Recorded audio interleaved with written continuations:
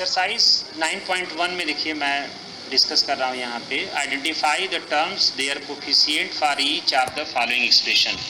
इसमें आइडेंटिफाई करना है टर्म्स और उसके कोफिशिएंट पे। तो सबसे पहले क्वेश्चन नंबर फर्स्ट में आपका है, इसमें टर्म्स कौन कौन से हैं। टर्म्स की अगर हम बात करें तो इस फर्स्ट वाले में दो टर्म्स हैं। कौन कौन से? पहला टर्म आपका है 5xyz² है और दूसरा आपका टर्म है -3zy।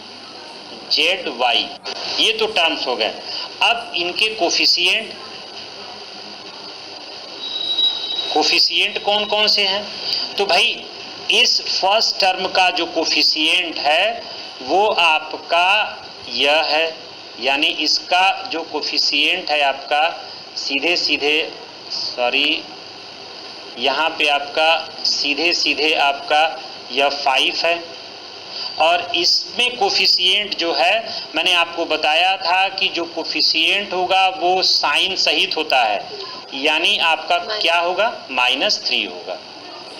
सिमिलरली हम अगर सेकेंड की बात करें तो सेकेंड क्वेश्चन में आपका देखिए, क्वेश्चन नंबर सेकेंड में अगर हम बात करें तो इसमें आपका जो टर्म्स होगा वह टर्म्स होगा, सबसे पहले तो इसमें 1 दिया हुआ है, देखिए भाई। फिर क्या दिया हुआ है? x दिया हुआ है, देखिए भाई दिया हुआ है। फिर क्या दिया हुआ है? x²। और इसमें अगर हम कोफिशिएंट की बात करें तो कोफिशिएंट देखिए, कोफिशिएंट 1 में तो 1 तो खुद ही एक नंबर है, तो इसका कोफिशिएंट क्या हो जाएगा? 1 होगा।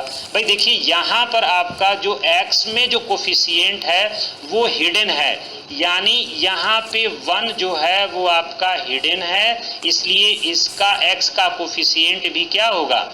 1 होगा। सिमिलरली यहाँ पर भी आपका 1 हिडन है, इसलिए इसका भी कोफिशिएंट क्या होगा? 1 होगा, क्योंकि हम जानते हैं कि x को चाहे 1 × x लिखिए चाहे 1.x लिखिए, आएगा इसका आंसर x। इसी तरह से x² को अगर लिखना चाहते हैं तो 1 × x² लिख दीजिए या इसको 1.x² लिख दीजिए, यह भी आपके x² के ही बराबर आता है।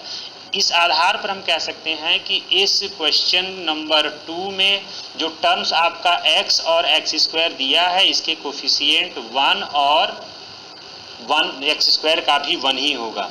ठीक इसी प्रकार से क्वेश्चन नंबर 3 में देखिए, क्वेश्चन नंबर 3 में जो आपका दिया हुआ है यहाँ पे,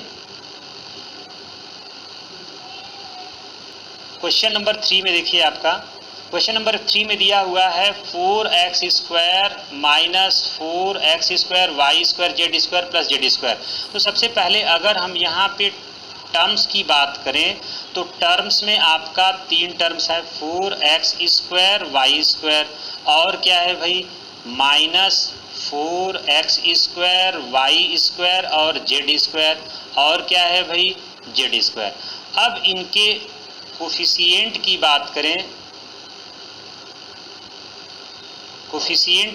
करें तो कोफिशिएंट में हम सीधे कह सकते हैं कि इसका जो कोफिशिएंट है वह 4 है, इसका कोफिशिएंट जो है -4 है और यहाँ पे जो आपका कोफिशिएंट है वो क्या है भाई? 1 है।